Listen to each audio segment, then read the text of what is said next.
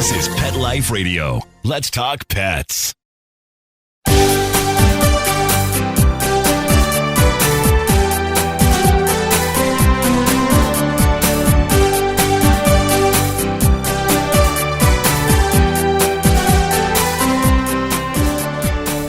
Hello and welcome to Working Like Dogs on Pet Life Radio.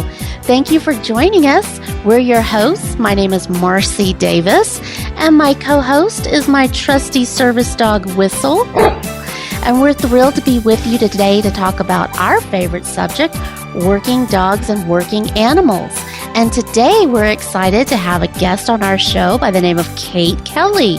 And Kate is an author, a dog lover, and even a historian. So come right back after these quick messages as we welcome Kate Kelly to the show. Sit, stay. We'll be right back after a short pause. Well, 4 to be exact.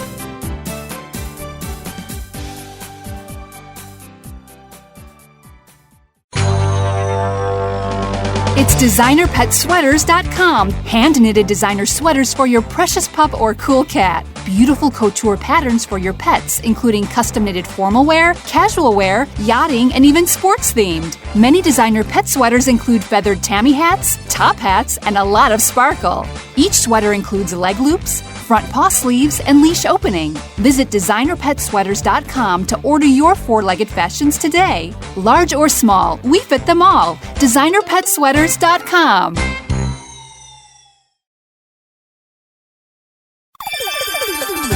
Let's talk pets on PetLifeRadio.com.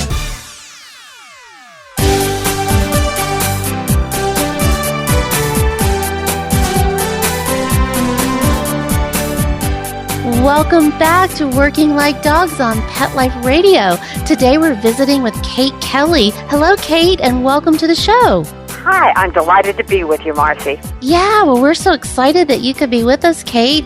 There's so many things that we want to talk to you about today. I mean, you have written over 30 nonfiction titles ranging from organizing yourself to living safe in an unsafe world. I mean, Kate, what's your favorite thing to write about? You know, I have to say that my favorite thing to write about has ended up being the little-known stories of American history, and a lot of those involve dogs. When I tell people I write about American dogs during the summer, they kind of look at me with puzzlement. But only by telling them the story of the first seeing eye dog coming to this country in 1928 do they begin to understand the state of disability in this country. So actually, by looking at our stories through the prism of what's going on with our animals, it actually is extraordinarily revealing. So that's one of my favorite ways to look at it. Well, I know, and I just love your site, America Comes Alive, where you write about so many of these things. And you write so much about working dogs and all different aspects of our lives historically and currently. So tell us about some of your favorite stories that you've written about. Well, one of the most searched stories is why is the Dalmatian called the firehouse dog? And it actually ties in very nicely to our idea of working dogs. I think that what we often forget is that dogs like to work. They like to have a purpose in life, and they like to have an assignment just like people do. And Dalmatian dogs started out at, protecting their country of Dalmatia and that sort of thing. But over time, they became herding dogs and sentry dogs, and then eventually they discovered that they were very good with horses. And so the royalty in Europe and England began using these dogs as carriage dogs. Now, Dalmatians are also really good-looking dogs, and so here you have these wonderful spotted dogs running alongside the carriages, and that was sort of like their job, was going with and guiding if things got complicated or anything. So as this behavior was observed, I don't exactly know who it was, but somebody figured out this would work out really well for firehouses, because when we first started fighting fires in this country, the men, it was a budget situation, so men would drag along, a barrel of water on a cart or something. Well, obviously, that became difficult as cities were settled and populations grew and that sort of thing. They needed to take more amounts of water, so it became popular for horses to pull them. But taking along the horses meant another thing to manage. So the tradition began that the Dalmatian, at the sound of the alarm, it was the Dalmatian's job to rouse the horses, get them up. Of course, the men had to get them ready to go. But the Dalmatians were also very good at leading the horses. So they would lead them in the path that they were supposed to go to the fire. They arrive at the fire, and of course one of the biggest dangers is that there are sparks flying out of a burning building, and they can't afford to have the horses be injured. So the firemen would gather the horses, put them in an area away from the fire, and the Dalmatians assigned to keep the horses calm and keep circling and herding the horses to keep them in place while the men fought the fire. So that's why we don't often see real live Dalmatian dogs at firehouses anymore, but every now and then you do. But you do often see the symbol of the Dalmatian dog connected with firehouses. And I certainly think that that's a great example of a dog with a job. Oh, I love that. And I'm still amazed at all the different ways that dogs have helped us over the years and how we're continuing to learn about ways that they can help us. And I love your series, your Dog Days of Summer series that you do and how you talk about all these types of different dogs. So tell us more about the Dog Days of Summer series and what you're working on. Well, the other stories that I really love, and there are countless numbers of them, is the story about the United States Canine Corps, because people are very surprised to know. Now, there were always dogs who participated in war. Like there are a lot of mascot dogs that are on Civil War monuments and that sort of thing, because men would either bring along their dog or they would adopt a dog or something, and the dog would end up kind of accompanying them. And so they were there for morale and to keep the men company and amused and that sort of thing. But they weren't a trained dog, fighting dog in any way. We go through World War I, and Europe is beginning to use dogs in the military, and there are some wonderful stories. I have an incredible story this summer about Taki, and Taki, and he was a Belgian sheepdog, and he was the first dog they ever used to try carrying a message across a battlefield. And they'd prepared, they trained him, and they'd done everything they could. And what they did with him actually was they encrypted the message and they inserted it into a capsule. And Taki was trained to carry that capsule in his mouth to whatever his destination was. And they first used him in 1914, and he made it all the way through World War I with some minor injuries, but he was able to work all that time. Now, as you know, that's pretty unusual. And of course, the reason they had turned to dogs was because a fellow, a soldier running across that same battlefield was certainly going to be taken down. But another World War I message-carrying dog that I loved was because of the whole image, and also because here we add in another trained animal. And this story was in Verdun, and things were going very badly, and the French soldiers were trapped in Verdun, and they really needed to find out what was going on, behind the lines and that sort of thing. And they had a messenger dog with them, and his name was Satan. We have to assume that Satan was a pretty rough, tough dog. But Satan did not use the capsule carrying method.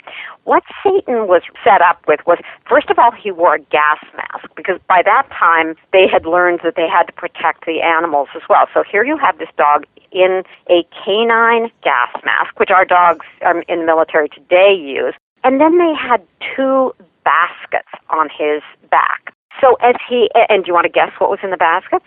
I won't make you wait very long. I was going to say, I can't imagine, Kate. Carrier pigeons. Oh, my gosh. And so as Satan goes across the battlefield, and it's a pretty broad stretch, and of course by this time they've used enough messenger dogs that the Germans are well aware of what's coming across. He must have looked like a monster, because the baskets would have flopped a bit on his sides as if he were, like as if they were wings. He has the gas mask on, and he's making this beeline for his trainer, who happens to be behind the line, where they need to find out what they need to do to help, the officers need to know what they need to do to help rescue these men. So Satan makes it, And, of course, he's been fired on all the way across, but he gets all the way over there. The reason for the 2 carrier pigeons in the baskets was because the men on the receiving end were to write their message out, and it was supposed to be the same message to be carried by each pigeon. And they were going to release the pigeons at the exact same time. And the military had figured out, well, they're probably going to bring down one of those pigeons, but they won't bring down both. So Satan gets back there. The pigeons are given the message. Satan stays behind with the men, and the pigeons are sent up into the air on their route to their destination. And indeed, one pigeon is brought down, but the other one makes it all the way to it, and they were able to get the message in, and, the battle proceeded according to what needed to be done at that point, and the men were rescued. So the story, and you just think about the bravery of everybody involved in a circumstance like that, and the amount of training involved. And it's really pretty amazing. It's now, incredible. I have to continue by saying all of these dogs were being used in Europe. The Americans had a few dogs along with a few units, but they were really just mascot dogs that had been snuck over and, kept with the men, and nobody kind of objected. And they did serve a purpose. They were good sentry dogs, and so it certainly wasn't a waste to have them, but nobody had trained them. So we get to World War II, and good old United States, we have clearly learned absolutely nothing, because we have done nothing to prepare a canine corps. So it was a woman named Aileen Erlanger, who of all things was a society woman and a poodle breeder, who says to her friends, we have to build a canine corps. So she gets the American Kennel Club on board, and she gets a writer at the New York Sun to participate with her to bang the drum for the news that she wants to spread, and she gets the government okay. But she puts out the word that people need to donate their pets in order to build our canine corps. Now, when I tell people that, today, we have a volunteer army. Most people we know don't go into the service. It's one of those things like it's only with great reluctance that we send people off into the military. But in those days, brothers, fathers, uncles, cousins, all wanted to go to protect the freedom of our country and what they felt like the government wanted them to do. And as additional proof of that, they cared so much that they were willing to donate their pets. Now, they have 40,000 pets donated to this cause. The minimum weight was supposed to be about 50 pounds, so they weren't taking just anything, but they didn't specify too much on age or breed or anything like that. They take the 40,000 dogs, they winnow it down to about 10,000 that they think that they can work with. And most of the dogs that weren't used were sent back to their families. There were a few stories that occurred where somebody would drop their dog off, and one gentleman went home and his wife fainted when he got home when she found out her dog had been donated. So he did call the center and ask if he could pick his dog back up. Wow. and he got his dog back. But for the most part, our entire World War II Canine Corps was made up of people's pets. They assigned all the best trainers, whether they were working with specific kennels or whether they were Hollywood dog trainers or whatever, and set them up in camps all across the country. There was one in a tropical, like the New Orleans area where it would be more like a tropical climate for fighting in the Pacific. So they sort of tried to mimic the conditions that the dogs might be in, set about training these dogs, and indeed they went off and were definitely an asset in the process. Now, I do have to have one postscript because poor Aileen Erlanger was breeder of poodles. The poodles proved to be great sentry dogs, and they were very helpful, in terms of guarding manufacturing plants and that sort of thing here in this country. But it was written that they really were no good to send to Europe because of their coat, because they got matted, they got wet, and they were just a pain in the neck to take care of. So those dogs got to stay stateside. But Aileen Erlanger certainly had a good idea when she got going with this plan. And of course, we now have a regular system for canine corps. Thank goodness. Yes. Well, thank goodness. that's amazing. Well, that I did not realize that. So, wow, thank you for sharing that historical information with us. Well, we are going to take just a quick break and hear some important messages from our sponsors, and then we're going to come back and continue talking with Kate Kelly because I know she has a lot more stories to share with us. So, come right back after these quick messages. We'll be right back right after these messages. Stay tuned.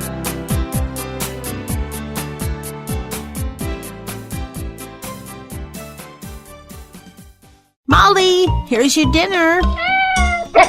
Zeus, that's not your food.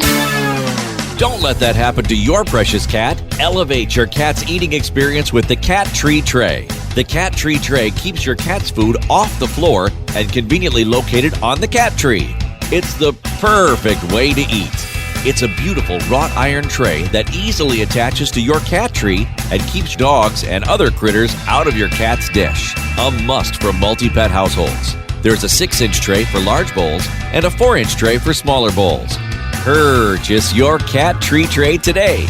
Go right now to cattreetray.com. That's cattreetray.com. CATTREETRAY.com.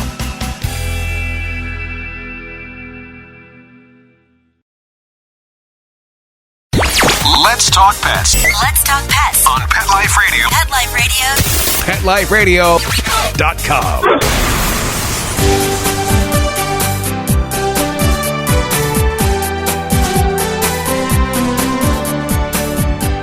Welcome back to Working Like Dogs on Pet Life Radio. We're visiting today with author and historian and extreme dog lover, Kate Kelly. And Kate, you were just sharing some really interesting stories with us before the break. But I do want to ask you about another book that you wrote, You Lucky Dog, about homeless dogs that survived and eventually thrived to become local or national celebrities. How did some of those dogs make it to become celebrities?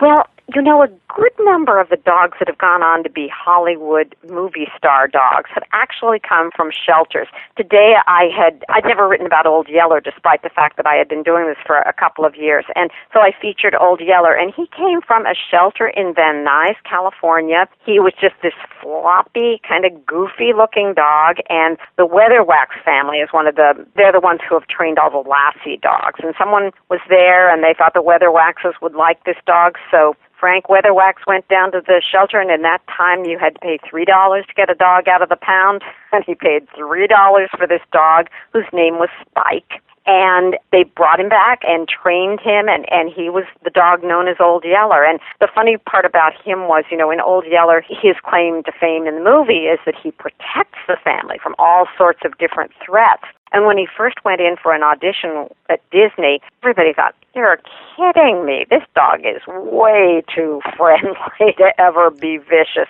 And so Weatherwax, and he just sounds like a love of a dog. Just one of the, I think, he was like Whistle, that kind of look and that sort of thing. And so he, comes in and he's all friendly and everything. And then when Frank Weatherwax does all the ordering around about what he has to do, he becomes that vicious dog protecting the family from, the bear or the outside threat that is approaching them. So it was all in the training in that sense. And Benji was a shelter dog, and they did a new Benji movie maybe 5 or 6 years ago, and they again repeated a shelter hunt for a new Benji, partly as a publicity ploy. But it's a great reminder that there are wonderful, wonderful, sometimes pedigreed dogs at these shelters, but also just wonderful mixed breed dogs that make wonderful pets or could be movie stars. And I'm pretty sure one of my dogs is supposed to be a movie star. He just hasn't been discovered. Well, exactly. I was going to say Whistle is convinced that he is. Yes. Totally. Well, I love that title, You Lucky Dog. I love that. That's awesome. Well, and the other thing about, earlier, one of the favorite dog stories in there was a dog named Bum who was on a ship, and he got to, I guess he was coming down the coast of California, and he got to San Diego and got off. Now, if you were going by San Diego, what would you do? You would get off. And he just made the town his home. Now, this was the late 1800s, but he would go from restaurant to restaurant, and people would try to take him home with them, and he didn't want to. He wanted to be a dog of the town, and they really watched out for him, and they fed him. And there was a day before leash laws and all the limitations where a dog could actually have an independent personality and do just fine. Well, and I love that you've also written about dogs that kept the telephone lines open on Mount Rainier. Exactly, and that's what. And of course, I originally wrote about sled dogs when talking about. Everybody focuses on the running of the Iditarod and each winter when there's publicity around it. But the Iditarod has a little bit to do with the whole story about the medicine for the children. But the Iditarod is really about the importance of dogs in opening up an area like Alaska, because up until the 1960s, when they had invented those jet ski things, they really didn't have a good, reliable way for getting around a place like Alaska without using sled dogs. So it was actually a very, very important part of our country's history. There's a story in 1904, the mail carrier and a sled dog were hired to do the mail route. And I know it was a typo, but it was supposed to be making something like $5,000 a year, and I know it must have been like $500 a year in the newspaper. But it was one of those things where the sled dog was very important, and the Rainier story was certainly a good example. The thing with the Rainier thing that I didn't totally understand was that was a ski resort.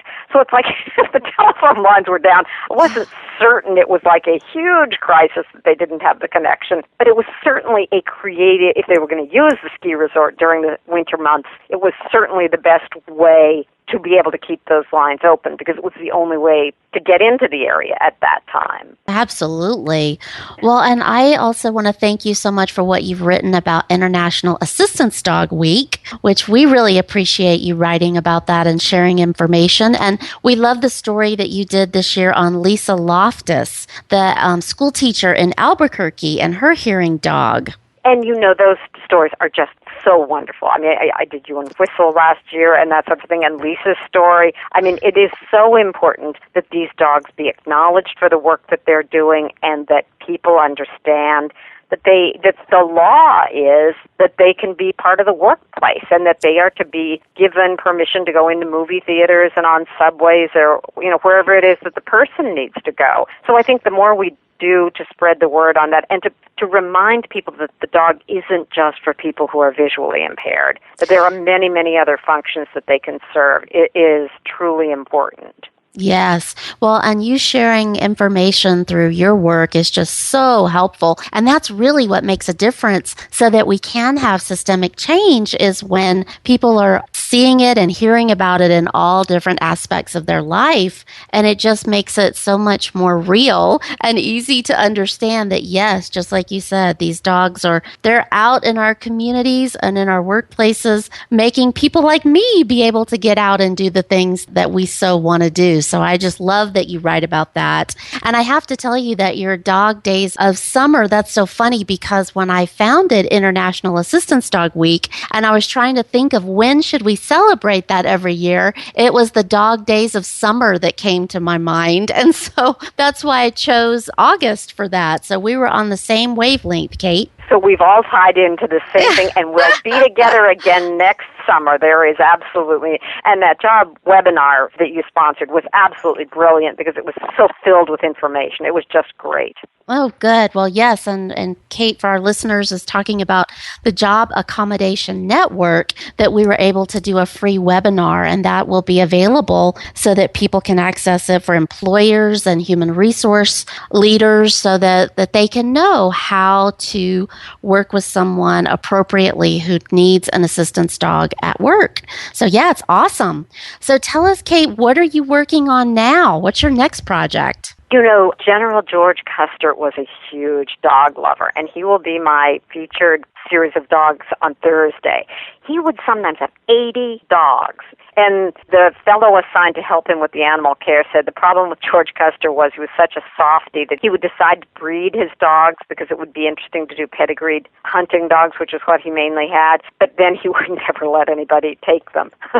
He kept them all with him. So his group just grew and grew, and the touching part of that that story is just that going into Little Bighorn, he tried to send the dogs back home with Libby, and they didn't want to. They wanted to go with him, but he did get the animal handler to hold them away from the fighting, so they did not actually accompany him onto the battlefield, but we also don't have any documentation as to what happened to them. So they probably got back to Fort Abraham Lincoln, but we don't have any written information on it. But at least they didn't go and see everything that happened on the battlefield. Yeah. What an interesting topic. How in the world did you decide to write about General George Custer and find out about his love of dogs, Kate? If you keep looking, there are a lot of pictures with him, with dogs. And so it finally occurred to me, oh my gosh, how have I not covered this?